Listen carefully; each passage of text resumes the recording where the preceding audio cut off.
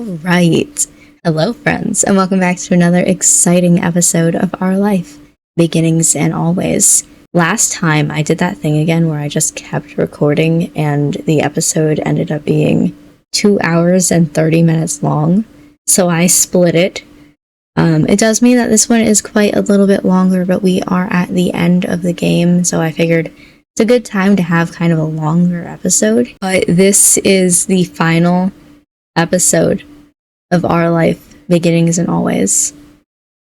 I'm sad that it's over, but I'm excited for you guys to see the rest of it, see the final bits of it, so we can all just be on the same page of just loving this game so much. So I'm going to let you guys hop into the episode now, and I will see you when it's over. Your eyes gently open to see a dim, unfamiliar ceiling. You recalled where you were, a hotel room. Yawning, your muscles felt relaxed and warm enough that sleep threatened to pull you under again. Morning. No. Back to sleep. Cove's voice pulled you back to consciousness. The heat made sense now. You knew the comfortable weight against you was your boyfriend. His arm was draped around you, and his fingers were lightly drawing shapes on your pajamas. You twisted over to face him fully. Morning, sleepyhead. Cove raised an eyebrow. His index finger drew a question mark across your back, pulling a giggle out of you. You knew what I meant. Have you been up long? You hooked your heel around his... Sorry, I got legitimately embarrassed over that one. I had to take a hot second. You hooked your heel around his calf and trailed up to the space behind his knee. He hummed contently. Not too long.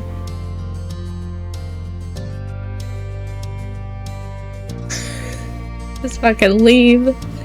I love how the options are all like, there's normally a lot of like going with whatever, and then there's one that's just fucking leave, get out of here. I'm going back to sleep, see ya. Pushing into him, you squished your face into his chest. The air knocked from Cove's lungs came out in a light chuckle.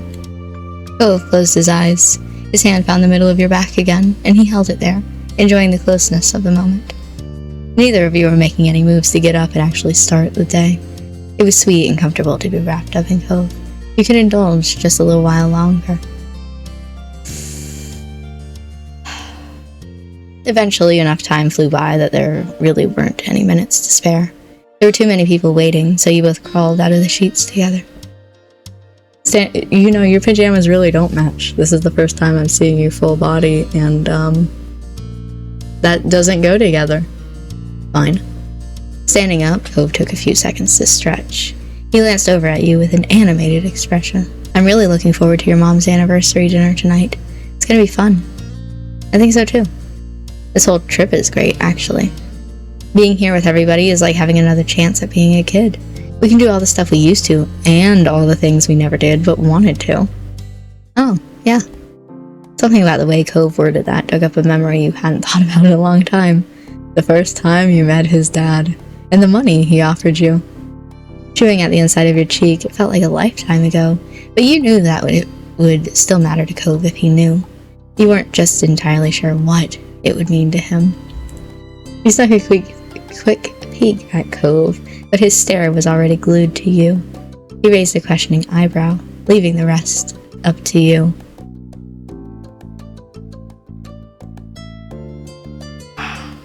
This one, you never planned on telling him about that, but after this, we're never gonna have the game anymore, right? Like, it's gonna be over. I'm really debating it, like,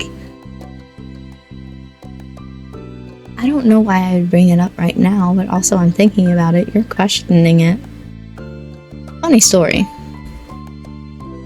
But you scratched at the back of your neck, searching for the right way to tell him. Amused, Cove's expression melted into a fond smile while he waited. I already, went for it, so... Well, actually, a ridiculously long time ago, the very first time I met your dad, he tried to pay me $20 to be your friend.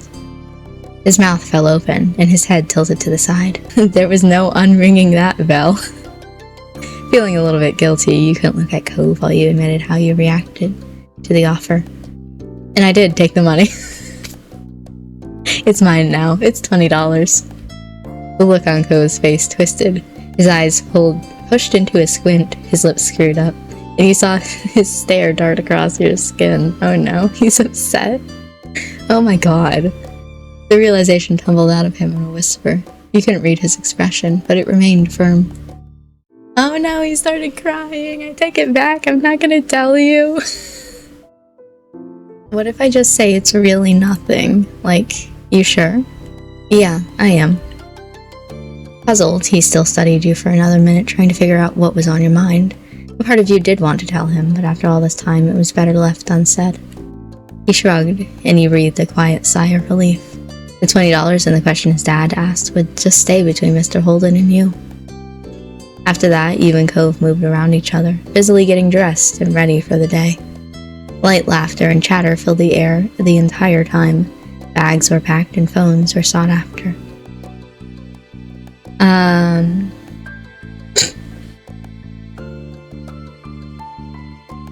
Sorry, the snort was because of the third option.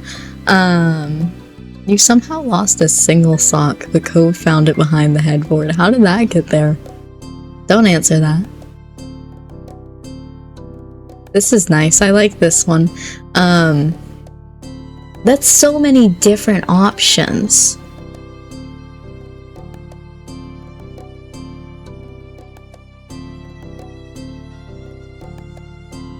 That's so many different options. I'm gonna choose this one. Cove peeked at you out of the corner of his eye. He combed through his hair slower this time, untangling a snarl with his thumb. Yes. Wanna borrow my hairbrush? Nope. The brush is still out from you fixing up your own hair. You grabbed it and dangled it near Cove. His fingers were curled deep into his hair, working out another knot. He made no move to take your advice, so you shrugged and left him to his methods. Weird ass that you are. There was nothing else stopping either of you now. In minutes you were hopping into your ride and heading back to the neighborhood. There was another beautiful summer day in Sunset Bird. You couldn't resist rolling the window down so you could absorb it all during the drive. Cove sat across the seat from you, near the opposite window. His gaze was locked outside, catching all the old landmarks the vehicle was passing. Your spirits rose even higher the moment you made it home once more. Eager, you hopped out of the car and let yourself inside. Your moms knew you were going to be there that morning. But the second you made it past the threshold, an excited scream nearly scared you out of your shoes.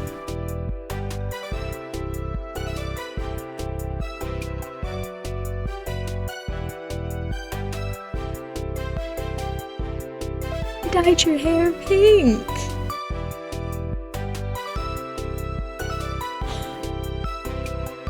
I'm gonna cry. You dyed your hair pink.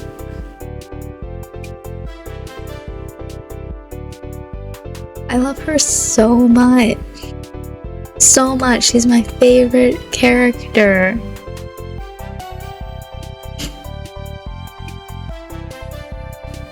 I'm really gonna cry. Funny thing is too, I read Excited Scream and I was like, oh my god, Lee's here. But then she appeared and it was something completely different. Oh my god. Girl. Kit, you're here. And guess what? I'm here too. While your heart rate settled, a broad grin quickly took over your whole face. Since your cousin moved out on her own, you noticed that she really found her own groove. She was still the same loving person she'd always been on the inside, but she expressed herself in new ways. Lee was strong, kind, and smart. Over the past few years, she graduated college with a degree in history. Okay. The last you heard, she was pursuing her dreams, working towards getting into the music industry. Okay. Oh my gosh, it's Lee! Excited, you shouted just as loud as she did.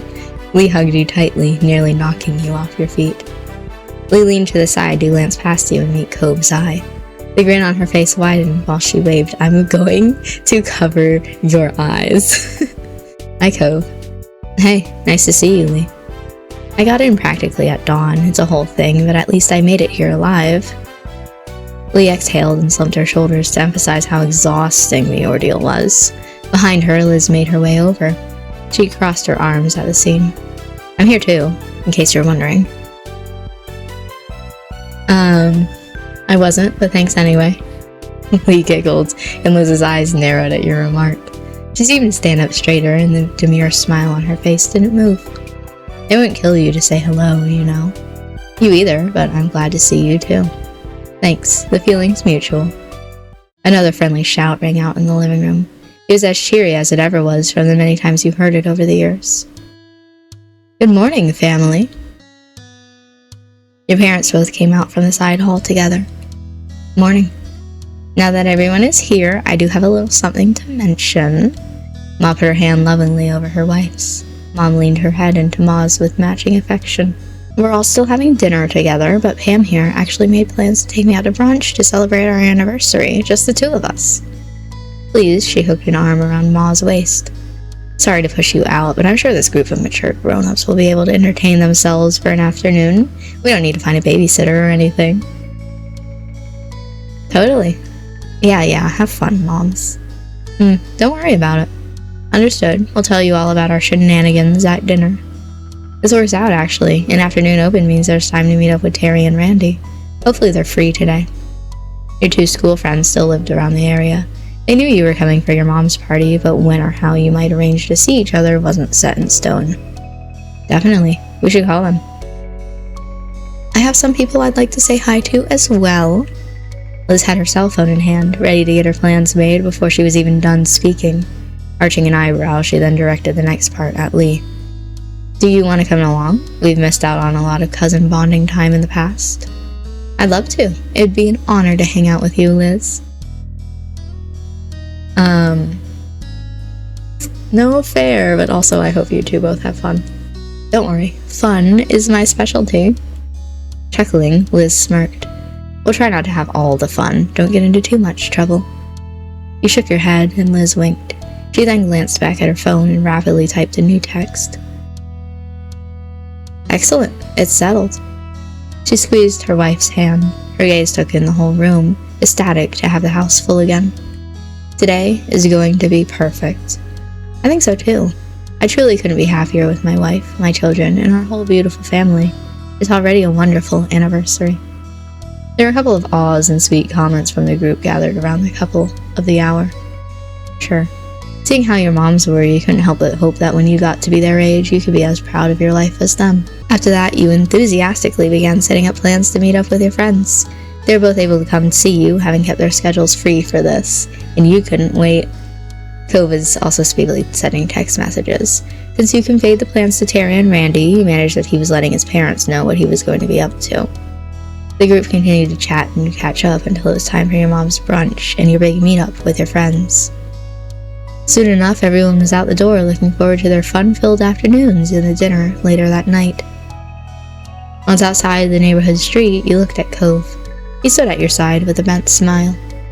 Terry and Randy were driving into town while you and Cove were traveling on foot to meet them at an easier-to-reach spot. Man, we really are kids in Sunset Bird again, having to rely on other people who actually have cars to get anywhere. Now we're stuck walking to whatever's nearby. No, we're reverting back to infancy. The snort was followed by true laughter from Cove. Teasingly, you pouted. This isn't funny, Cove. I don't want to be a baby again.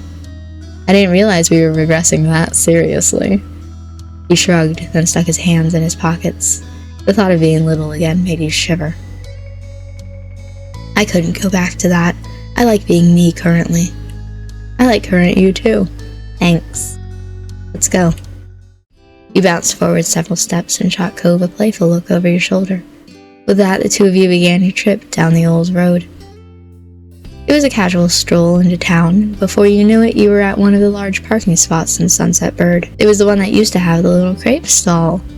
Remembering the delicious smell, you got lost in thought. The store did well enough that it moved into a full-size building a couple of years ago. You've seen pictures. It was very cute. The parking lot now was just, well, an empty parking lot that cars could theoretically park in. Not many took the offer. Cove pulled out his phone, texting Terry and Randy in a group chat to let them know you made it. Someone must have answered already because Cove gave you a status update while still staring at the screen. Randy texted, I can see you. Ominous. Oh, The blare of a car horn cut you off. You and Cove both turned towards the source of the noise. One of the windows rolled down. Hey, buddies. Your friends had arrived, making a spectacle of it, as expected. Being the only car meant that they got the pick of the lot, so they pulled into a stop in front of you. The window closed back up, and instead the 2 front doors popped open. Terry and Miranda stepped out onto the pavement. She's cute. She's cute. Hi, Cove. Hi, Kit. With a cheery wave, Miranda skipped towards you. Terry, on the other hand, walked speedily over to Cove, squeezing him into a hug. A quiet laugh escaped Cove, along with the majority of the air in his lungs. He didn't fight the constriction, but instead gave Terry's back a pat with a large grin spreading across his face. Okay. Hello. You're not as cute as Miranda, but that's okay. When Cove let go, Terry came right up to you. He held his fist up for you to bump it. Oh, turkey. Terry nodded sagely. You wiggled your fingers as an added hello. Gobble, Kit. It felt so nice to have your friend group reunited as adults. Terry was currently a full-time lifeguard down at the busier beach a town over. You were proud of him. He helped a lot of people in his line of work. And in recent years, you and Terry were able to form an even closer bond. It was reassuring to have a friend who knew what it was like to go through changing parts of their identity. Oh, I forgot about that. You could go to him for understanding, and you knew that Terry felt the same about you. I love that so much, actually. Yes. Miranda took Cove's hand and one of yours in her other.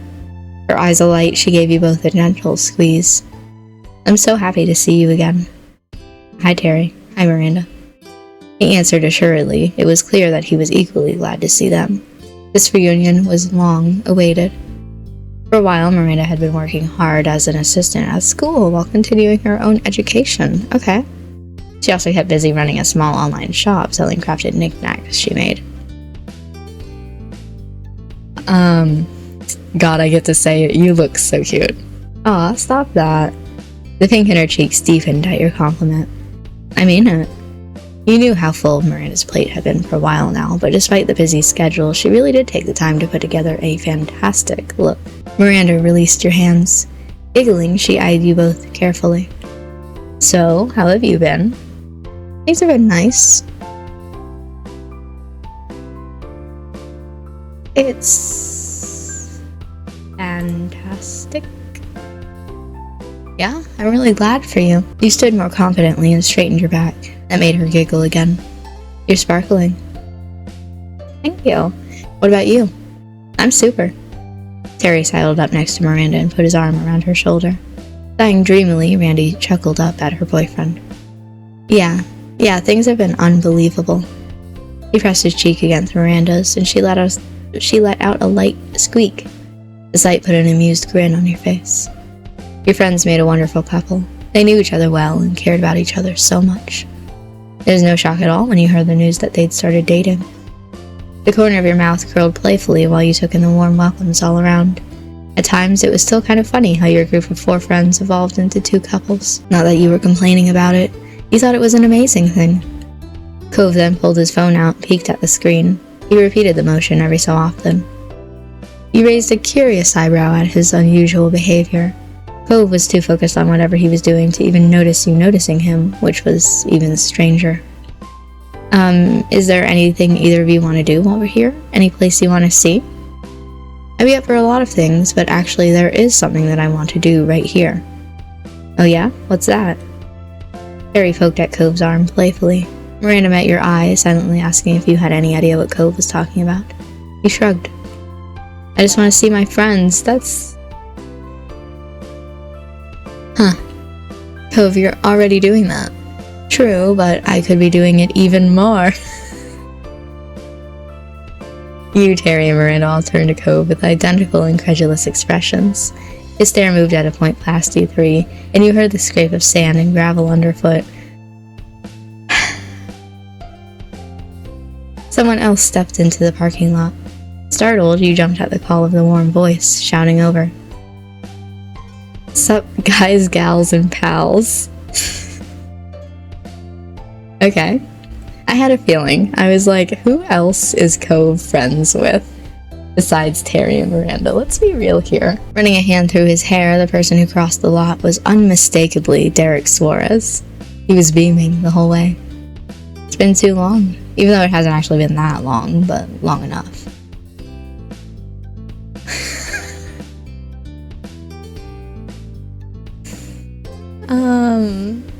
I don't know what to say. I guess this one. He screeched his name and waved with both arms to welcome him. Bashful, Derek scratched the back of his head. You're here. Here in the flesh. I missed you. He spoke to you gently. You were thrilled just being there, reunited with him. Derek was a good friend of yours, and he had been for a long time. Hey. He waved over at Terry and Miranda pleasantly. Over the years, they all met several times in passing, simply through being friends with the same people. What's up, big man? Hi, it's great you could come. Cove put himself next to Derek. Happy, he clapped a hand on his friend's shoulder. Hi, thanks for coming. Of course, thanks for inviting me. Sheepishly, Cove looked back at you and the others. That's when it clicked in your mind. It wasn't his parents that he was texting earlier, it was Derek the entire time. No, I got that. Derek is in town for a few months to help my dad and his dad with some work. Yeah, I'm working on my own business thing too, but I'm still involved with running the scuba shop when it's called for. Nifty. Humming, Derek elbowed Cove. But hey, we don't have to stand around here for my sake. What's the plan? Let's hit the town. Eager to get going, everyone piled into Terry's car. The rest of the afternoon was spent visiting spots all over Sunset Bird, laughing and reminiscing the whole way. Once it started to get late, Terry brought you and Cove back to the neighborhood. You didn't have to walk there after all. You didn't get out until promises were made to see each other again before your trip ended. Side by side, you and Cove stood in the street and waved at the car as it drove away. Terry tapped the horn for 2 honks while Miranda stuck her hand out the window to wave back. You caught Derek in the back window, giving you both a wide grin. Sighing as soon as the car turned down the other street, they were finally out of sight. Well, that was one party. Time for another. Ready to go see your moms? Of course. It's far too early to hop off the party train. Cove raised his eyebrows before letting out a hearty laugh. He nodded in the direction of the house. Lead the way, conductor. Choo-choo!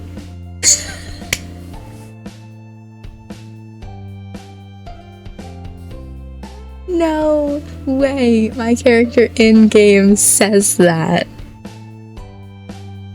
Spirits high, you and Cove crossed the distance to your house. It was almost time for the anniversary dinner. You barely stepped over the threshold of the condo before Ma descended, eagerly welcoming you both. The usual greetings were followed by questions on everyone's well-being, after which the conversation moved on to excited chatter about tonight's dinner plans. Cove excused himself to the restroom to freshen up before being on the move again. But when he returned, you were shocked to see he had entirely changed outfits. Yes, I am quite shocked. Where did that come from? I packed it with me so I could get dressed before the dinner without having to go back to the hotel. Didn't you? Or maybe you have stuff still here at your mom's place. Cove, I hate to break it to you, but no, I definitely didn't do something crazy like that. But your mom's party is at the country club. Yeah, and so are middle-aged folks in Hawaiian shirts. What's your point? This isn't one of those summer soirees where they were having a real party. We're only going for a regular meal. Cove was as befuddled by your explanation as you were with his actions. He threw his arms up, desperate for understanding. How can you not dress nicely for a country club? I don't think the Cypress is as special as you decided it is. You saw Ma, she wasn't in formal clothes, and she's one of the guests of honor. You realize now that whenever you went to the country club on a normal day, it was family time with just you, Liz, and your moms. Each time Cove came, there had been more exciting things going on. You never would have thought of that before, but his perspective suddenly made a lot more sense. His frown wobbled, and his cheeks became far pinker. He looked down at his own self regrettably as he pulled at the cuffed ends of his shirt. It's a nice shirt, though. He seemed more like a scolded child than a grown man dressed for the latest charity gala. I thought she was going to get changed while you and me were.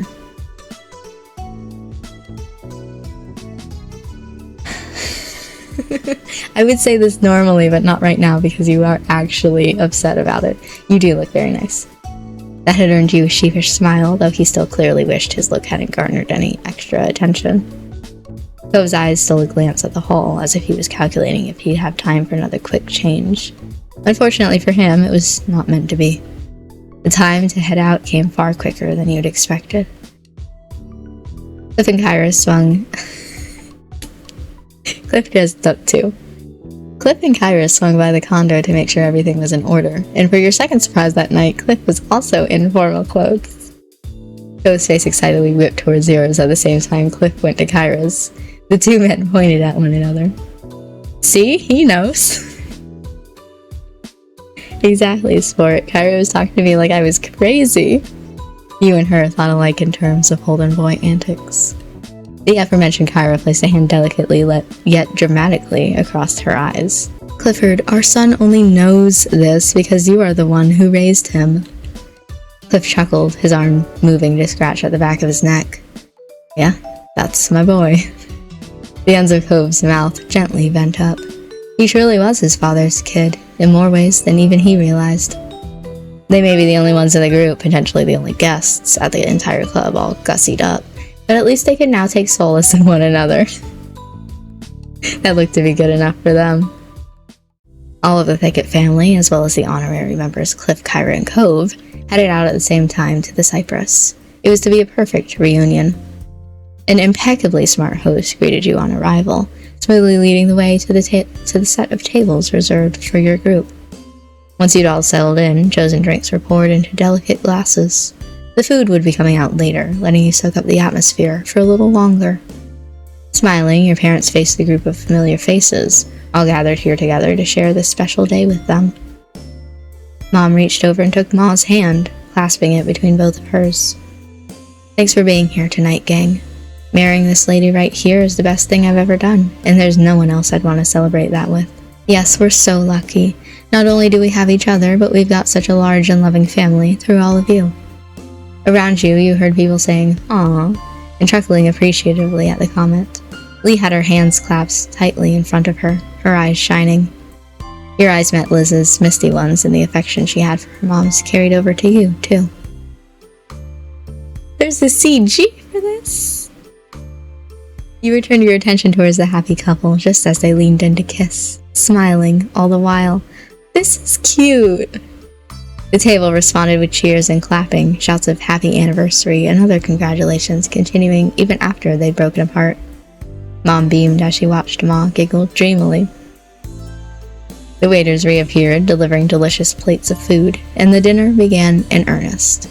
Both conversation and laughter continued to flow freely as the night went on, with the two families relishing the opportunity to be together once more. Eventually, after your hunger and thirst had been fully satisfied, the plates were cleared and the event began to draw to a close. Cliff and Kyra exchanged goodbyes with your family before heading out together. Cove gave his goodbyes to his parents while hanging back until your moms were ready to head off. You were getting a lift back with your moms. It was already late, so you discussed the possibility of going straight to the hotel rather than going back to the condo, but Cove had asked if they'd mind taking him back to the neighborhood. He wanted to visit a little while longer. Your moms had happily agreed. Liz and Lee were feeling tired, so your mom swung by their hotels during the trip home while you and Cove made the full journey with them. Riding in the back seat of your mom's car with Cove felt more than a little nostalgic. As your eyes drifted over to him, his head resting on the window, it was hard to believe how much time had passed. Mom stretched as she got out of the car, smiling over her shoulder as she headed towards the house. Time to put my feet up. You two joining us? Cove shook his head. No thanks, it's your anniversary. You don't have to entertain me. I'll take a walk. Never any trouble to have you over, Cove. Let him do as he pleases, Lonnie, but you better not stay out too much later or there'll be trouble. Ma chuckled as Mom waggled a finger, her expression exaggeratingly severe as she reprised a role that, in truth, she never really played. Neither of your parents had been particularly harsh as you'd grown up. Ma joined in on the act. Don't go too wild just 'cause there's no school tomorrow. Laughing, they made their way inside, leaving you standing out in the dark street with Cove. You didn't even need to ask him why. You already had the answer for this. He wasn't yet ready for the day to end. Without a word, Cove began to stroll down the road. You walked alongside him. You'd known your destination long before you arrived on the dark and utterly deserted beach. There were no lights down here, nothing but the moon and the stars for illumination. The only sounds were the gentle waves rolling in and out, and the soft sound of the footprints you left in the sand. In other words, it was perfect. Cove stepped out onto the waves without a word. He looked up at the sky with a smile, then tucked his head down and began to pull his fancy shirt off. Yeah, heh. He tugged it over his head and lobbed it backwards, further up the beach and out of the reach of the waves. It's gonna get so sandy.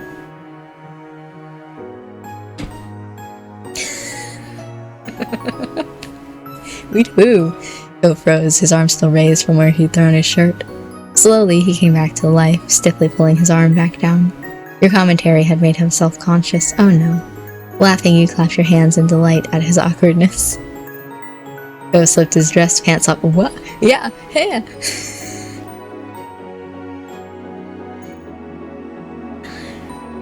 And tossed them back in roughly the same direction as his shirt.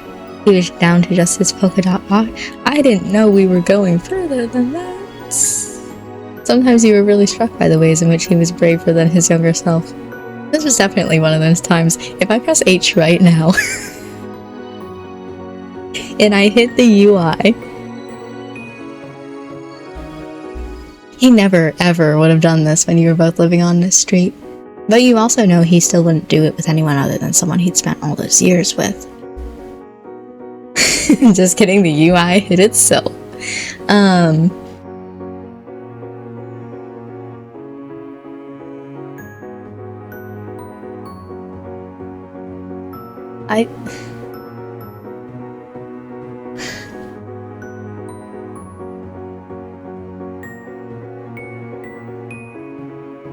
I'm so conflicted.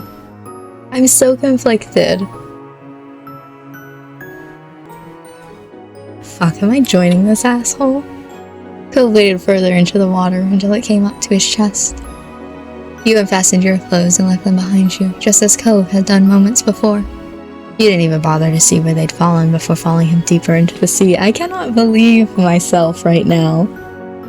Cove grinned as you approached. I'm gonna be in so much trouble with my moms when we get back. Yeah? Oh well. Think fast. He splashed water at you as soon as the words had left his lips, giving you no time to prepare. The splash had caught you full on, leaving you spluttering and drenched. I will splash back. Seeing what you were doing, Cove put his hands up for protection. It was no use. The water washed over him, leaving his hair soaked through. Cove sighed, then looked at you mournfully. The sudden shift in mood alarmed you, but those worries disappeared as soon as he opened his mouth. We're still not merciful. The world is cruel. You snickered. After a moment, Cove's mock sadness broke, and he joined in. The two of you wound up drifting further down the shoreline, chatting and enjoying the chance to be back on the beach that had provided the backdrops for so much of your childhood. Eventually, a silhouette of structures appeared up ahead.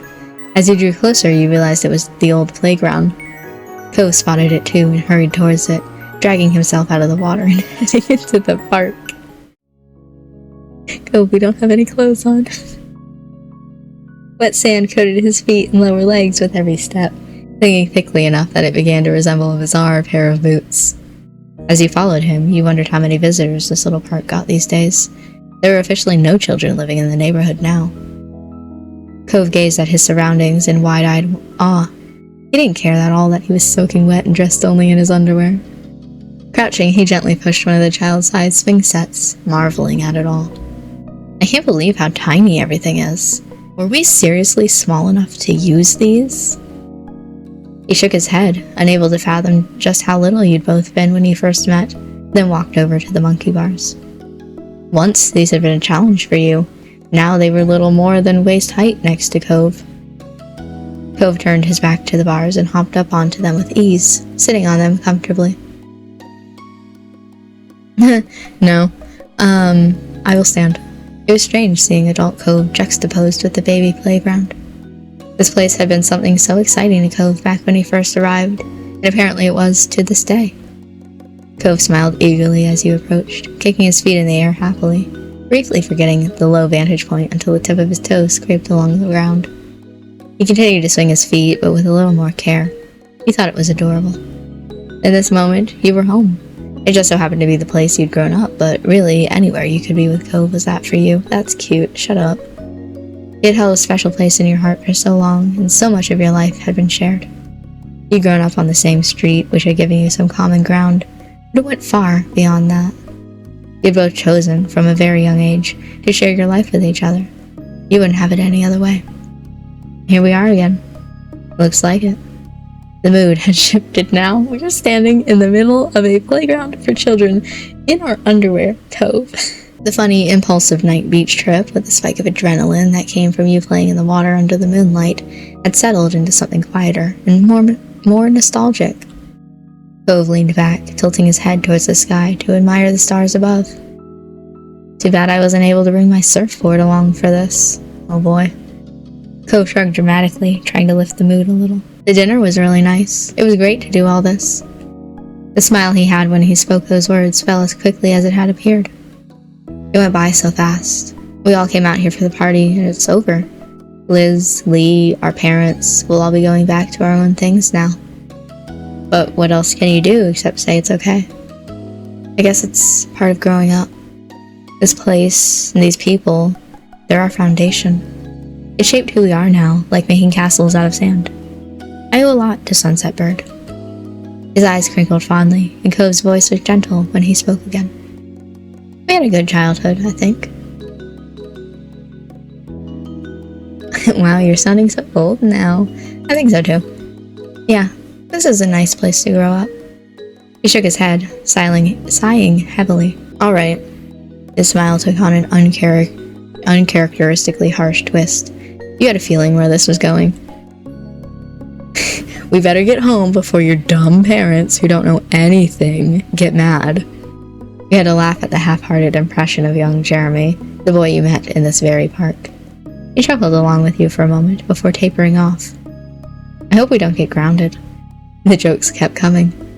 It was very amusing to imagine that not only could your mom somehow ground you as a fully grown and independent adult, but that their powers extended over to Cove as well. As much as you were enjoying being back here, Cove was right. You had to accept that you needed to go now. It was late, and your moms were still expecting to see you before you got a ride back to the hotel. Cove hopped down from the bars, landing easily on the ground only a short distance below. Before you could return, you had some clothes to retrieve from the beach. You retrod the same path, following the footsteps down to the shore you'd left in the sand. It sounded like I left the shore and not the footsteps. Only a little while earlier. Once you and Cove had scrounged up your abandoned clothes, you started to walk up the old path home, side by side. Please put them on, don't just carry them in your hands.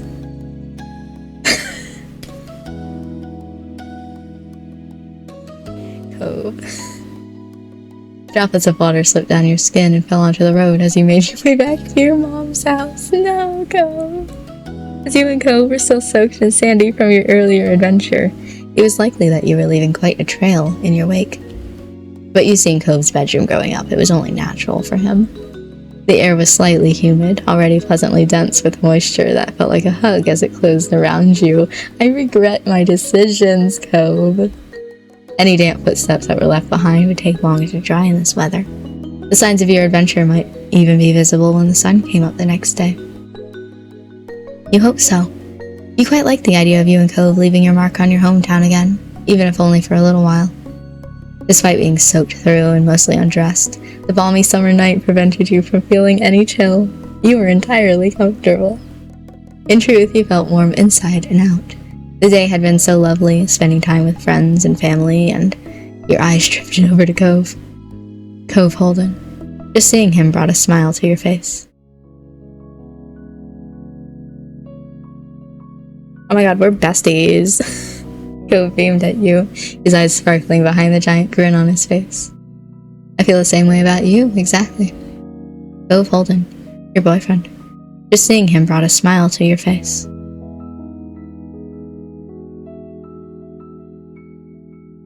That's cute. That's cute. That's cute. Oh, fuck it.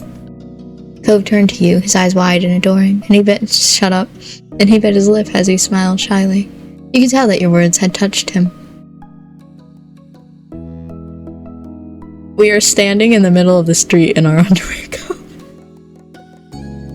I feel the same way, exactly. You nodded, pleased with how tonight had played out. Cove nodded too, as if agreeing with you despite no words being spoken. You understood each other perfectly without them. You were full of joy. All other concerns and the day-to-day stresses of normal life were squeezed out by it. All you could think in that moment was how your life was wonderful. Every second and every day needed to end sometime, and that time had nearly come for tonight. You had to get at least some rest and bring it all to a close. And so the two of you went inside to say goodnight to your moms, as well as clean yourselves up as best you could.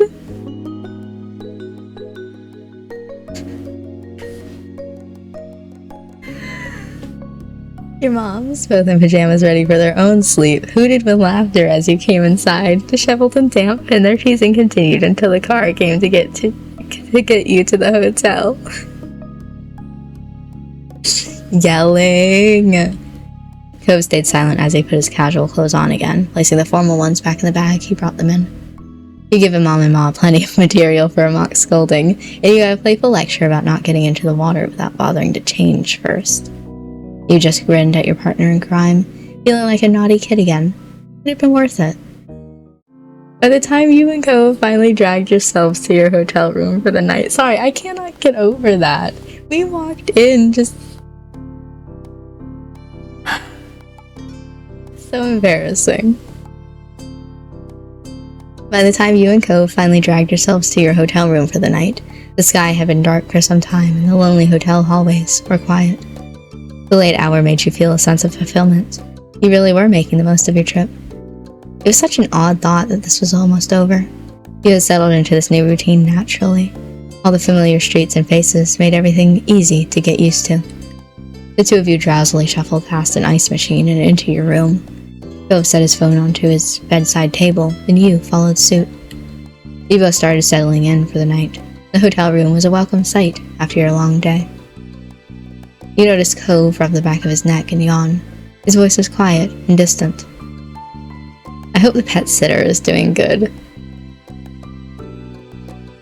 For your fish, Cove? The wish wasn't exactly directed to you. It was just a sleepy thought that Cove had unleashed upon the world at large, but you still agreed. I hope so. That sitter is watching some of the best animals on the planet. Cove still kept fish after all these years. Delightful, colorful things in huge aquariums. He spent a lot of time when he wanted to relax just watching them swim. Though they weren't just his, the two of you were raising them together in the place you shared. They were all named after food. It's very unfortunate. Raising for slaughter. No, I'm kidding, but they are. From this point on, you thought snack was a bad name. Just get ready for breakfast, lunch, and dinner. Of course, with you both gone, the fish had needed someone to take care of them. Cove asked one of your responsible neighbors to handle the job. You were glad to have a decent pet sitter. Cove wasn't the only one who loved those fish. Cove's anxiety about leaving them hadn't subsided. Over the vacation, you had caught him a few times texting the pet sitter and asking about his fish. It will be okay. Pat, they're fish, bro. I mean, I get it, but they're fish. It's not like they can just walk around and get into trouble. Cove turned his head to you, the nervousness still coming off despite his exhaustion. Remember, you gave that pet sitter such an in-depth fish orientation that they knew all of the names. And most of the fish are practically identical. Cove laughed, instantly lighter. You nodded in satisfaction. Mission accomplished. Cove yawned widely. He seemed confused at the magnitude of it. He groggily blinked at you. I think it's time for bed. It's a great thought. You yawned and then raised an eyebrow at Cove for making you catch his. He gave a little smile, then ended up yawning again. I think so too. The two of you got changed and brushed your teeth. In no time at all, both of you were cozy and ready to sleep. After that, you flopped onto your side of the shared bed. Cove headed over to his side, and he felt the mattress dip under his weight. You tucked yourself under the covers, and Cove snuggled in closer to the middle. You turned on your side to face him and scooted slightly closer. Your noses almost touched, and Cove watched you with a soft expression on his face. Cove gently spoke, his words like a lullaby. Gross. Good night, Kit. You have a good night, too. Cove's eyes fluttered shut, and he let out a contented sigh. There was a warmth from Cove's body next to you. He was right there.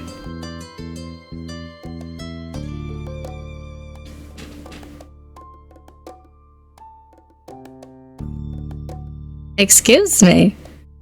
Excuse me. Excuse? His present was comforting. Perfect for sleeping. Your eyes fell closed sometime after. You're not exactly sure when, only the fact that you were now too heavy to open. Good, I like being closed. You felt a mixture of bitter and sweet emotions. You were happy to be here, but sad it was ending. There was a relief that you would— sorry, I'm laughing about me being open again. There was a relief that you would soon be in your own home again, but also wondering when you could return there. There were so many more feelings swirling around in your head that hadn't even crystallized into thoughts yet. Paradoxically, you felt nice, but also confused, but then also nice from the confusion. In the back of your mind, you realized that you really must be tired. Unsurprisingly, your exhaustion did not give you too much time to muse on your emotions, and in what felt like seconds, you were already dreaming. The scalene triangle. The dreams dancing around your head became fragmented and faded until you couldn't remember a thing about them at all. You were growing more aware of the real world. Can't relate, I remember a lot of my dreams. They're all really fucking weird.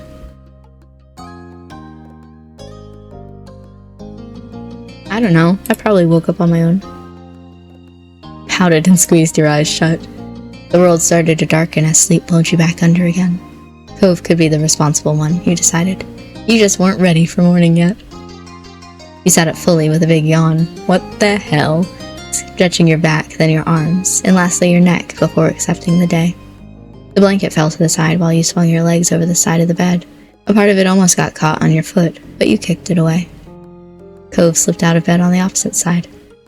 Today would be your last day in Sunset Bird. The only thing you had planned was some family time in the old neighborhood. You figured you'd see where the day took you from there. Yawning again, you glanced over at your clothes. There was just one more day to live out of your bag.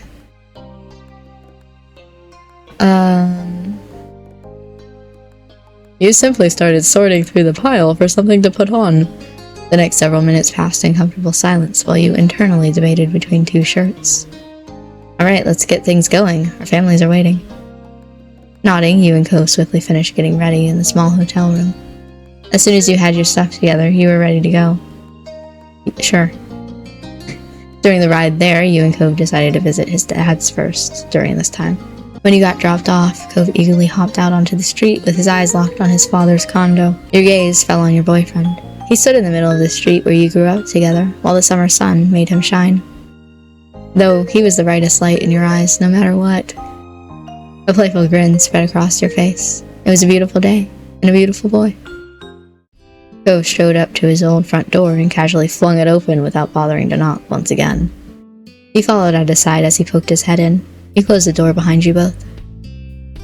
Hello. You found Cliff and Kyra in the kitchen, getting breakfast ready. Kyra was cutting an apple while Cliff was watching a frying pan sizzle. Y'all are always cooking in here. Cove's parents waved from across the room, not straying from their tasks. Good morning, you two. Yeah, morning and hello to you. Hope you slept well. Thanks for swinging by. You're more than welcome to join us for breakfast here if you haven't eaten, of course. We haven't yet, though even if we had, there's always room for more. Kyra chuckled. She put down the knife she had in her hand so that all her attention could be on her son. You're still my giant, growing baby boy. Mom, please. Kyra didn't pay Cove's whining any mind. Instead, she put a finger up to her lip as she thought, her eyes on you and then glimpsing towards a window. I wonder, do you think your family's eaten yet, Kit? No clue. I haven't checked with them yet. You got to be the first stop. Your eyes flicked over to the clock on their oven. Given the time, your moms may have eaten, or they could be having a slower morning. It was a coin toss either way. Well, give them a call. They could come over. Cove nodded, a sage expression on his face. Making them breakfast is the least we could do after how much food I ate at their house growing up. True, bud. Very true. Alright. You took out your phone. Even though your moms both had cells for years, the house number was the one that you had memorized as a kid, and the first entry on your contacts list. As the call connected, you tapped the speaker button. You figured it would be easier if everyone could hear what was going on. You heard a click, and then familiar static.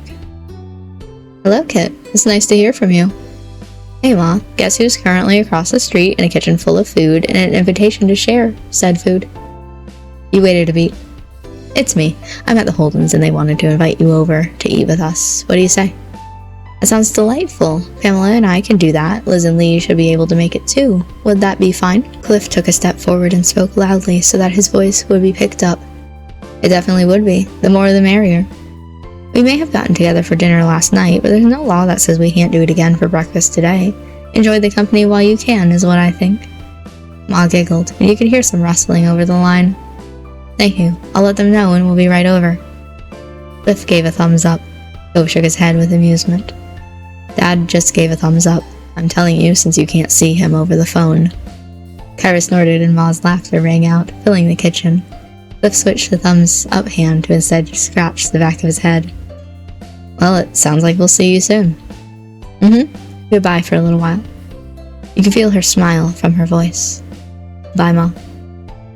You ended the call with a satisfying tap of the red button. Cliff's eyes wandered around the space. We better get cooking. I can help. Just tell me what we're making. No way, you're guests. Kyra and I have got this. She grinned. There was something playful in the twist of her lips. I couldn't have said it better myself, Cliff. I've been in your spot before. There's no choice but to accept it. Cove sighed, but from the sparkle in his eyes, you could tell that he was entertained. Fine. We'll just hang out over here, I guess. Good. Cove walked over to the living room and gestured at the couch. You both took a seat, getting a comfortable spot to wait for food and family. Cove tilted towards his parents with his chin, then shook his head with a gentle smile, silently asking if you could believe this. All you had was a silent shrug. Time passed, filled with light chatting. Cove kept a careful watch on his parents' culinary progress and teasingly kept up running commentary. Oh, Dad just added another pinch of salt? I wonder if that was a good idea. Cliff had to raise his voice to project over to the living room. He sounded very amused. It's funny that you of all people are commenting on my salt usage. We were both born and raised in salt water.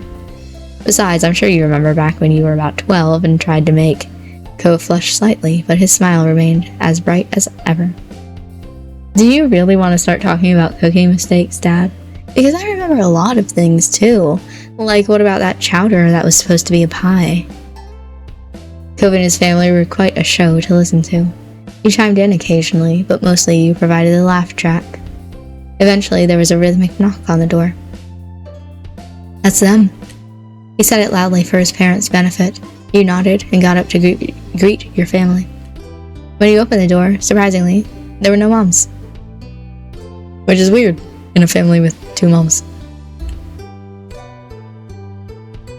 None of you are my parents. Terry stood in front with Miranda at his side. Derek waved from behind them. Hey buddies, we came to see you before you left. The plan would have been to go over to Kit's house next if you weren't here. Luckily, you two aren't too hard to find. What he said, and hi.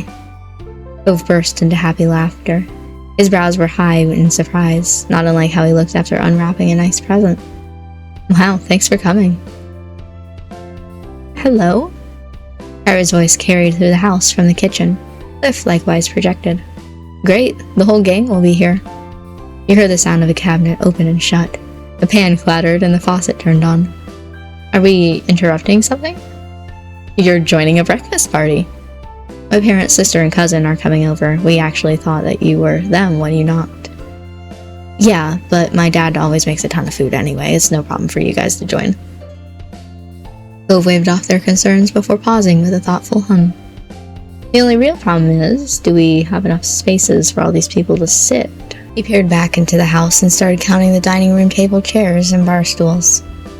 5, 6... Cliff interrupted when Cove began trying to use his fingers to connect the different chairs to different guests. Don't worry, some people can squish together on the sofas. It'll be fine. This really is going to be a party. Well, I'll be happy to accept the invitation. Yeah, you have to be crazy to skip out on this. Thank you for making room. We're really glad that you came. Your 3 friends finally piled into the house. Before they had a chance to settle in, the doorbell rang. We just closed it. Only Miranda had sat down. Now that has to be them. People laughed as he walked back over to the door and opened it up. He was right this time. It was your parents, Liz and Lee, all crowded on the front steps. They squinted into the house and were surprised at just how many greetings were said. The sheer force of the chorus of hellos was impressive. How'd they beat us here? How early did Kit call you? We're literally across the street. Terry snorted at your sister's confusion. He seemed quite pleased with himself. We were a surprise. We called ourselves. Very cool. Cliff smirked as he adjusted the settings on the stovetop. It's a little more crowded than expected, but we're making it work. Cove led the final group to complete the picture inside, and they took the chance to greet you, along with everyone else. When the excited energy buzzing around the table started to calm, you had a second to truly appreciate this view. The most important people in your life, all together again. It still felt too good to be true to have everyone here. And then you noticed that Kyra stood back up. She clapped her hands once in a satisfying smack. I hate to interrupt, but I thought you'd want to know that the food's done cooking. Cliff crossed the floor to place all the silverware on the table, and then he dropped stuff on the other surfaces around the rest of the living room. When he was done, he gestured towards the food. The plates are in the kitchen. Serve yourselves and sit wherever you'd like. The guests happily formed a line, and the meal was steadily passed around.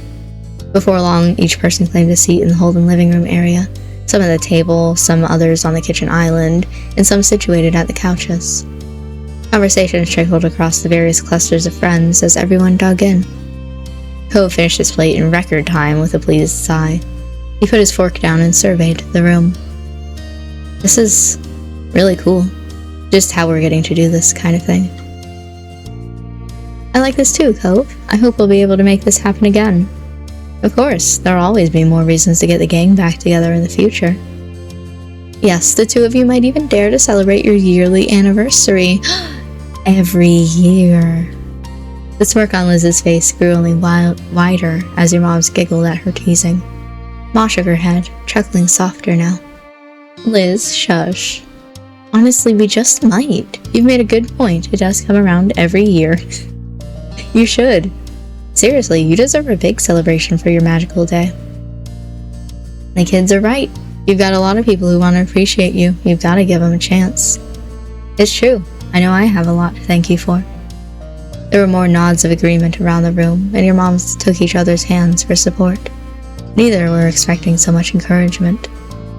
We'll think about it. She'll think about it, and I'll tell Lonnie to stop thinking so hard if she doesn't agree. Pam! Good job, Mom. Now with that settled, let us continue to enjoy this perfect gathering.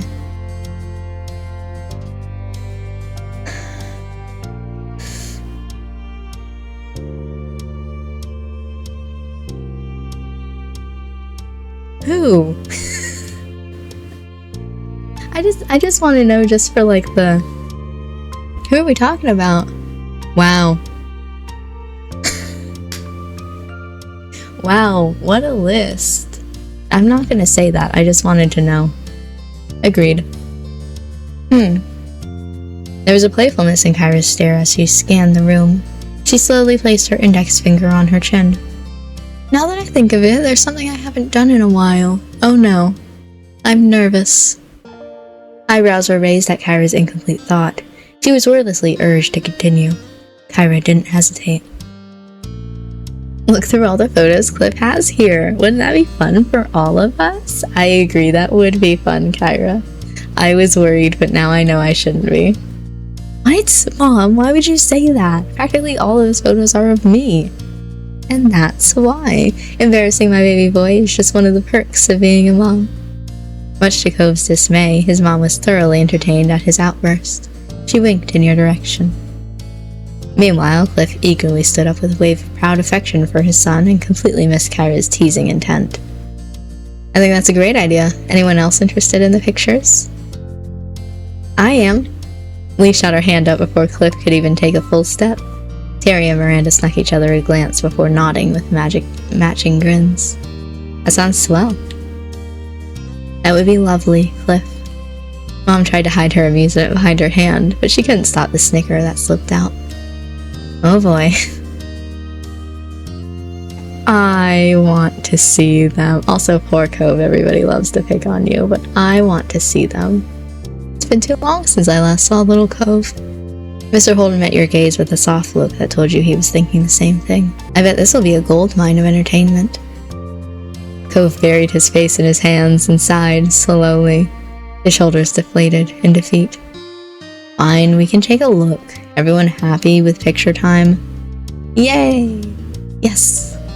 They both excitedly raised a fist in victory.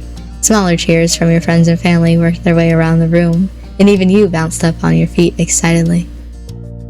Cliff flipped open his faded album of physical pictures. He held it up to his face. The corners of his eyes crinkled, and though the book covered much of his face, you were certain he was smiling fondly. But he didn't keep it to himself long, laying the family album on the dining table. You and the rest of the party gathered around to get a peek.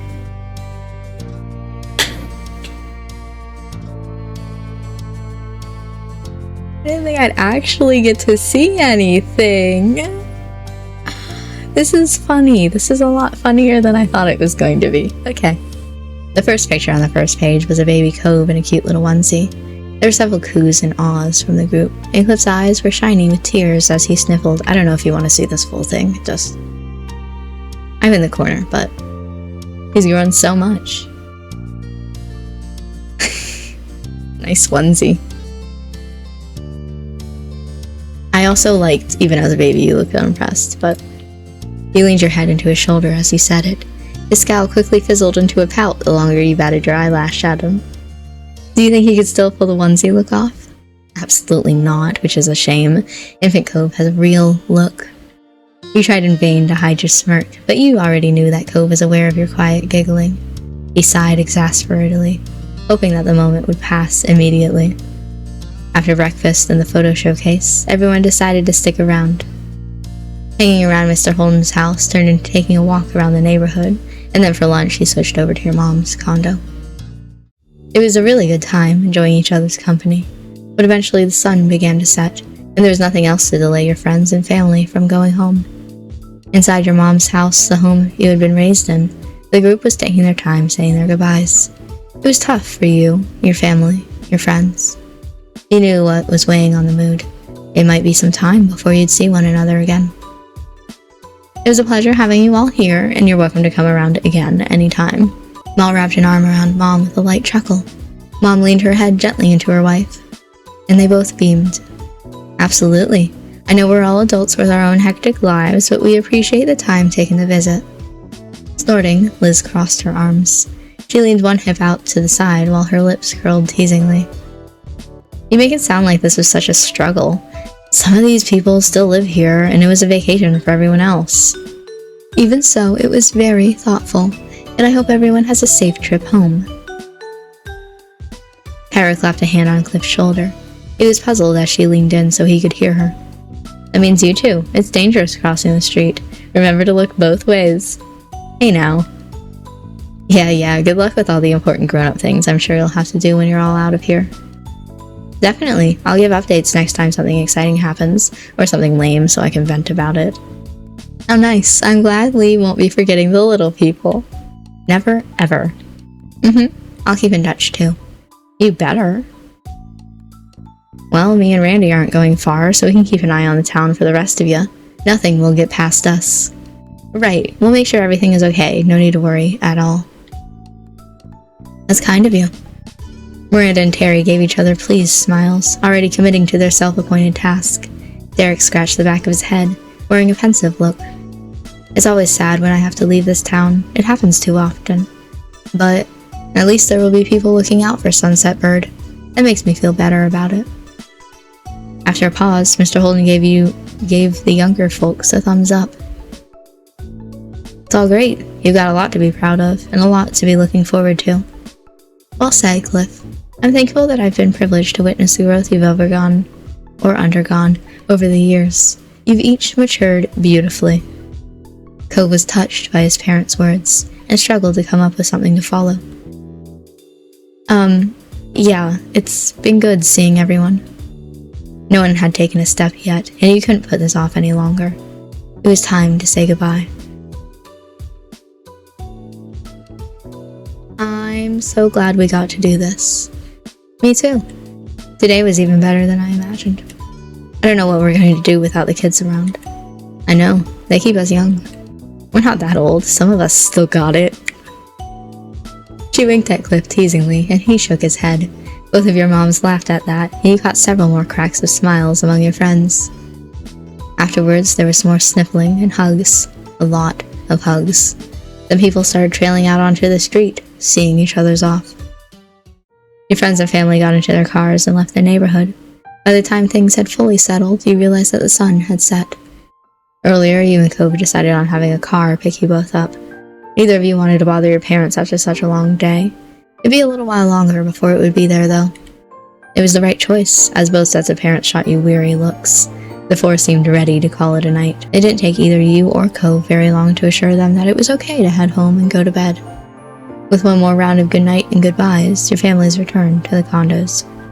Then, the only people left on the street were you and Cove. Cove closed his eyes, humming happily, while he waited for it to pass. He stared up at the sky. Cove's hands were in his pockets, and his shoulders were relaxed when he caught your attention with a tilt of his head. Can you guess what I'm thinking? Well, at that moment, you were in the neighborhood you grew up in together with some time to spare. The corner of your mouth curled into a grin. Cove made things too easy for you. That the fireflies are out? Right. Do you want to go to the Poppy Hill before we leave?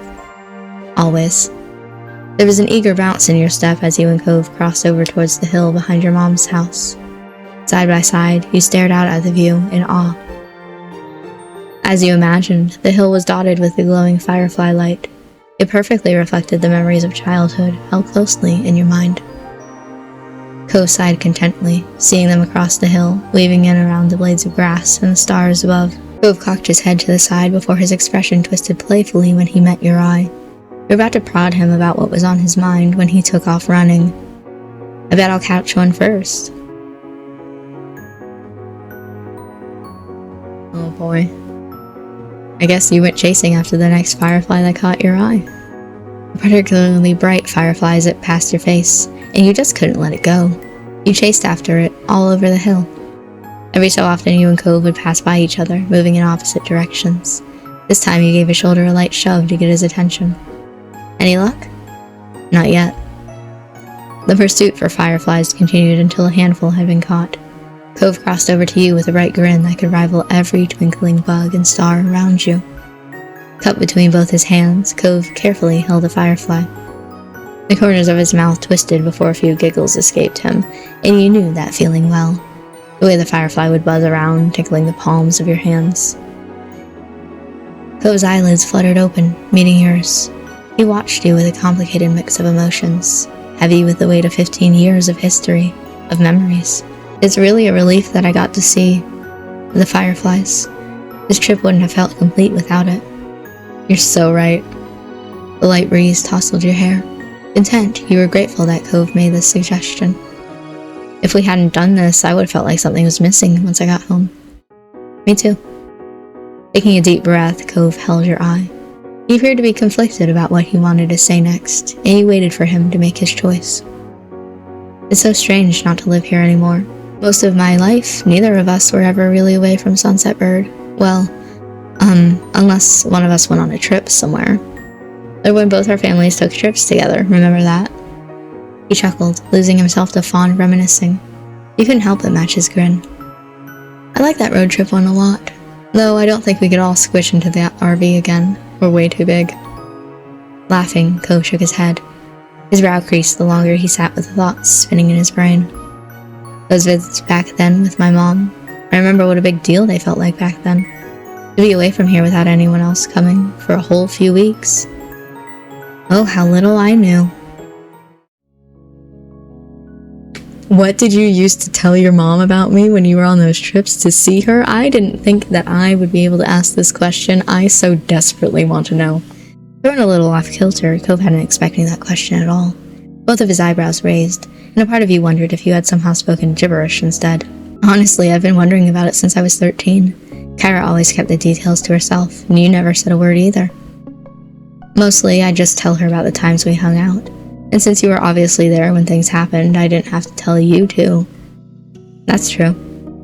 But, I would be really enthusiastic about it when I was telling her what happened, because, you know, you were an important friend to me. The time we spent together was important. So I definitely would have been embarrassed if my mom told you any of that. I really appreciate that she kept it to herself. Oh, I think that's nice. All of it. Thanks. Thank you for telling me. Finally, Cove parted his hands and released the firefly back into the hill. It flew up around his face before darting up away into the sky, but your gaze was fixated on him. There was a touch of wistfulness in his features as he watched the bug disappear into the night. It wasn't until Cove turned his attention back to you that his demeanor warmed. Okay, I'm ready to go now.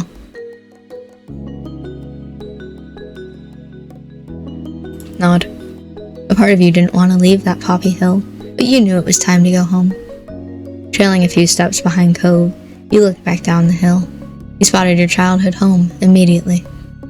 I'm grateful that we could come here and see how things are without us. It was nice. It really was. With Cove right there along with you, you made your way down the hill. With the same stars above trailing the way, your last night in Sunset Bird was closing out. You were lost deep within a dream, adrift in the current of your unconscious mind. Cove was with you even there, his presence strong as your mind flitted from scene to scene, the logic of the conscious world melting around you. Something jolted you from your slumber, the visions you'd constructed slipping away even as you scrambled to catch them. It had been a good dream. You opened your eyes to an unlit, unfamiliar ceiling. The darkness permeated the room so thoroughly that you were sure it was still the middle of the night. As your face adjusted to what little light there was to catch on to, a smiling face cozied itself right above you. There he was. It's not morning. What do you have up your sleeve? The grin was bright enough to make it seem like maybe the sun had risen after all. I literally asked, what do you have up your sleeve? You knew you were about to experience one of Cove Holden's plans. His expression softened at your voice, the tender affection in his gaze obvious despite the dim space.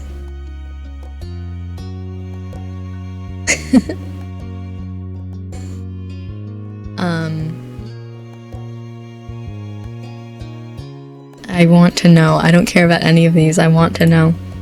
He closed his eyes happily as you rubbed the top of his head, mussing up his hair. Would you have preferred me to wake you up by tapping on the window? Yes. I missed. Cove simply smirked, amused by his own wit. I mean, you really should have expected this was going to happen.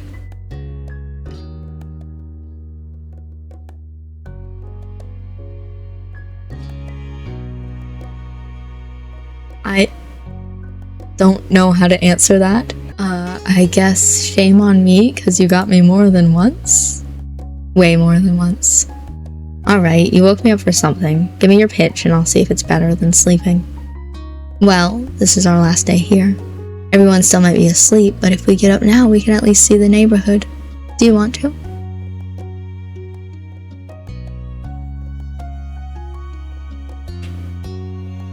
I guess? Great. He then held out one of those hands to help you get up too. I shall take it. Cove's grip was strong as his fingers closed around yours. He pulled, hugging you up with ease. Before you could head out, you and Cove both needed to get dressed. You did so quietly. The strangeness of the hour meant that your body seemed less coordinated than usual, each article of clothing a new puzzle, but you managed it. The two of you were eventually ready to head out into the wide world. Dawn still hadn't yet broken when you left the house, yet it was easy enough to get a ride down into Sunset Bird. The journey was peaceful. You might have expected sleep to attempt to claim you once again, with the sky still being so dark, but Cove's excited energy was infectious. Morning was finally starting to come over Sunset Bird as you arrived, almost like the sun itself wanted to be there to welcome you. Cove turned towards you, his eyes sparkling with anticipation. One more summer beach trip? You were sorely tempted to tease him, but his eager expression was just too pure. Sure, one more. You could have taken your time getting there, dawdling under the morning sun, or you could have taken the short walk at a regular pace.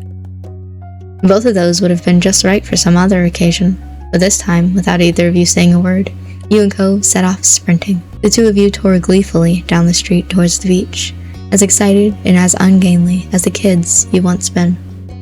You were laughing with joy at the absurdity of it all, being here at the break of dawn with the boy who you'd once discovered on a nearby hill, who never completely grew up. As it was still early, you did your best to keep the noise down.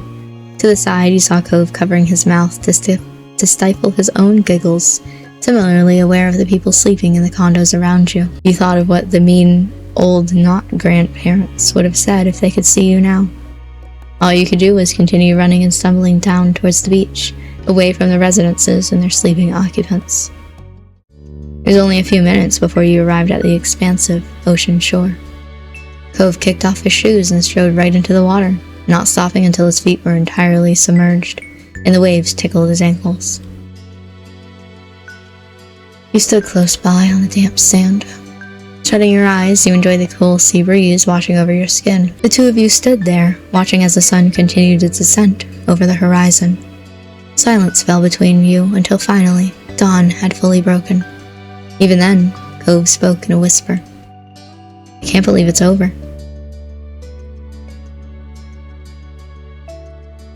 I can't either. The ghost of a smile crept over Cove's face, like the sun peeking out between clouds on an overcast day. Clothes. What? Hi. I have freckles on my arm. Cove reached out and enveloped your hand in his, pressing your palms together tightly. The silence returned, just for a second. I'm glad we came this morning, and that we came on this whole visit back.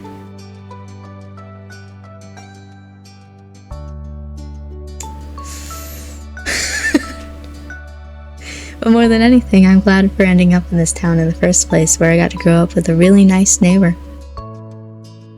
Why are you crying? I wouldn't have wanted any other life. I'm grateful for meeting you too. Cove looked over at you out of the corner of his eyes, not turning his face away from the sea. His expression was full of affection, from the gentle curve of his smile to his clear, contented brow. There was a stark contrast to the tears rolling down his cheeks. You counted yourself lucky. Even though you were leaving now, this place had gifted you with so much that you carry with you whenever life might take you. The memories you'd made, the lessons you'd learned, the people you'd built relationships with. You'd keep those pieces of your life in Sunset Bird forever. You stood with Cove, silently watching as bright rays swept away the last of the night shadows, until the day truly arrived. Your spirits were high as the sun rose even higher in the sky. The two of you had found yourselves meandering back to the neighborhood street on sandy feet, strolling down the path just as you'd done thousands of times before. This is where it all started. You were compelled to look at the exact spot you first encountered Mr. Holden, sitting dejected on the curb. He wasn't like that anymore. Still, you couldn't forget the day it began, just as you couldn't believe what an adventure it had led to. Things had never been the same since that moment, and you couldn't be happier for it. Your mental lingering on that meeting had turned physical, causing you to stop in your tracks. It was only when you heard Cove's voice calling your name that you remembered when you were and realized what you'd done. And what a present it was. A shining sun, a clear blue sky, and Cove James Holden by your side. All the most natural things in the world. So, what's the next step? You watched Cove expectantly, waiting for him to guide you forward from here. There was a crinkle around his eyes as he laughed. It's up to you now. Exciting. You began to think where the two of you should visit next. Cove perked up, energized by your enthusiasm. I'm listening. No matter how much time might pass, there were some things that you could count on to be constant. Cove, your family, his family, and all your other loved ones being there for you when you needed it was one of those things, since the beginning and for always. Knowing they were there, and you could never truly be alone, made the future look all that much brighter.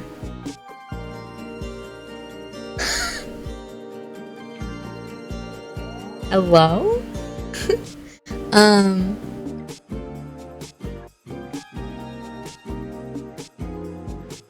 I don't know. I don't know. We already went there. I'm not doing that one. Always. You know what? Yes. Your early morning escapade had stirred up your appetite, and you were positive it would have for Cove as well. Cove nodded, his gaze shifting from you to roam across the little place that you both called home. There's a lot that's still out there in the world. A lot of different ways things could go in the future. But for this, I think that'd be the perfect choice. You beamed, his approval of your suggestion lifting your spirits ever higher. Your days growing up in Sunset Bird had been so wonderful. Even the prospect of leaving again made your chest ache, yet you weren't going to let that stop you. It would be hard, but you knew that it would still be there, waiting, whenever you wanted to return. Facing Cove, who'd been at your side through it all, you knew that one day you look back on these moments just as you fondly reminisced about your childhood growing up here. Each happy moment you experienced became only a memory of what used to be. But that was what life was, and that was okay. As it was from the beginning, and continuing that way for always, life took another step forward. Thank you for beginning a life here. That's cute. You can come back again always. That was cute. That was cute, that ending.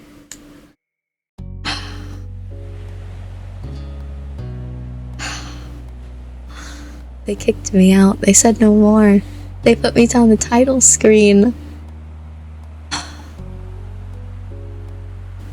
That was good. I finished the entire game. Thoughts about the ending in particular. Man, that was long. We're at 2 hours and 30 minutes in this recording. It was nice, but there were occasionally sometimes when it was just like, I don't know, the writing was a little off, or it was a little bit long. I don't know. But it's still so nice to have that experience to like be done with the game, and now, as you know, step 4 was saying, being able to look back at all the moments and be like, wow, remember when we did this, remember when we did that. Honestly, I can't believe it's over, and I'm the one who just played through all that, right? Like,